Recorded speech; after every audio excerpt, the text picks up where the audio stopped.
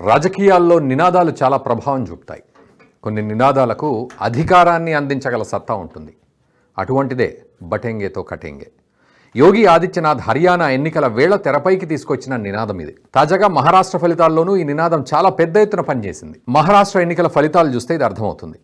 అయితే ఒకప్పుడు వందే మాతరం నినాదం నుంచి ఇప్పుడు బటెంగేతో కటెంగే నినాదం వరకు దేశ ప్రజలను ఎలా మార్చాయి, భవిష్యత్తులో బటెంగేతో కటెంగే నినాదం ఎలా పనిచేస్తుంది, ప్రజలను ఎలా ఐక్యం చేస్తుంది, ఈ నినాదం ప్రభావం భారత ఎన్నికల్లో ఎలా ఉండబోతోంది చూద్దాం. హర్యానా ఎన్నికల సమయంలో బటెంగేతో కటెంగే నినాదాన్ని యోగి ఆదిత్యనాథ్ మొదటిసారిగా తెరపైకి తీసుకొచ్చారు. ఇది హర్యానా ఎన్నికల్లో పెద్ద ఎత్తున ప్రభావం చూపెట్టింది. వరుసగా 2 సార్లు అధికారంలో ఉన్న బీజేపీ 3వ విజయం సాధించడం కష్టమని అందరూ భావించారు.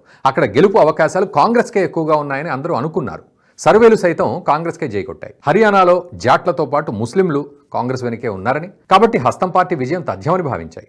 కానీ హిందువుల్లో ఐక్యతను ఏ సర్వేలు పసిగట్టలేకపోయాయి. కాంగ్రెస్ నమ్ముకున్న జాట్లు కూడా పూర్తిగా ఆ పార్టీకి ఓటు వేయలేదు.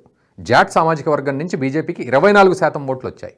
అదే సమయంలో కాంగ్రెస్కు 64% మంది జాట్లు ఓటు వేశారు. అంటే జాట్ సామాజిక వర్గం కూడా పూర్తిగా కాంగ్రెస్ వెంట ర్యాలీ అవ్వలేదని అర్థమవుతోంది. దీనికి యోగి నినాదం పనిచేసింది అంటారు విశ్లేషకులు. కాంగ్రెస్ పార్టీ హిందువులను కులాల పరంగా విభజిస్తుందన్న భావన చాలా మందిలో పాతుకుపోయింది. ఎన్నికల వేళ తమ కులానికి మేలు చేస్తామని చెప్పినా తీరా గెలిచాక సనాతన ధర్మానికి అన్యాయం చేస్తుందని చాలా మంది భావిస్తున్నారు. ఈ నినాదం హర్యానా ఎన్నికల్లో పెద్ద ఎత్తున ప్రభావం చూపడంతో మహారాష్ట్రలోనూ పెద్ద ఎత్తున దీన్ని ఉపయోగించారు.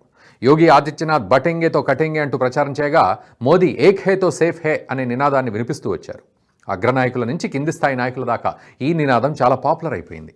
దీంతో ఇది ఎన్నికల్లో పెద్ద ఎత్తున ప్రభావం చూపిందంటారు విశ్లేషకులు.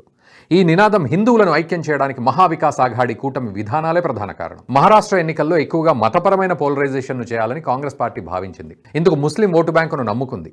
వారితో పాటు మరికొన్ని కులాలు తమతో కలిసి వస్తే తాము గెలుపొందుతామని భావించింది.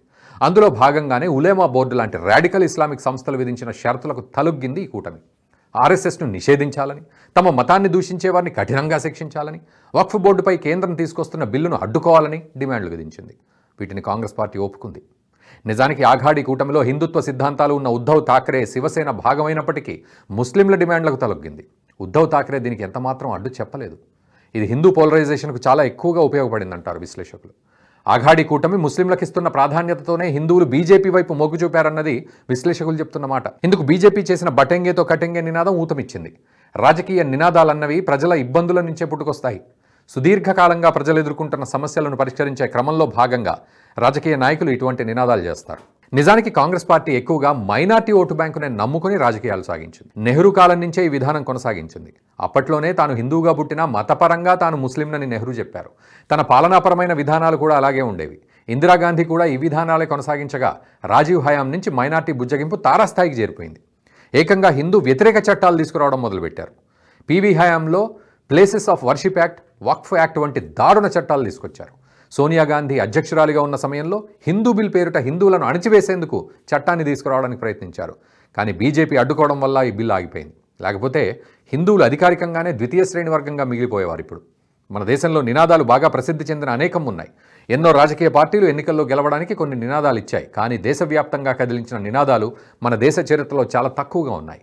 ఒకప్పుడు వందే మాతరం నినాదం స్వాతంత్ర సమరంలో కీలక భూమిక పోషించింది. స్వాతంత్రం కోసం పోరాడిన ప్రతి ఒక్కరూ నినదించిన నినాదం ఇది. దీనికి బ్రిటిష్ పాలకులు కూడా వణికిపోయేవారు. వందే మాత్రం ఎక్కడా వినిపించకూడదని ఆంక్షలు విధించారు. ఎవరైనా వందే మాత్రం అని నినదిస్తే అరెస్ట్ చేసేంతగా ఈ నినాదం ప్రభావం చూపింది. యావత్తు భారతదేశాన్నే ఈ నినాదం కదిలించింది. ఇక మన దేశానికి స్వాతంత్రం వచ్చిన తర్వాత మరో నినాదం యావత్తు దేశాన్ని కదిలించింది. అదే జై శ్రీరామ్. రామమందిర ఉద్యమ కాలంలో ఈ నినాదం బలంగా వినిపించింది. రామమందిర నిర్మాణం కోసం యావత్తు దేశమంతా జై శ్రీరామ్ అని నినదించింది. పార్టీలకు అతీతంగా జై శ్రీరామ్ అంటూ నినదించారు. దాదాపు 100 ఏళ్లలో యావత్తు దేశాన్ని కదిలించే నినాదాలు కేవలం 2 మాత్రమే వినిపించాయి.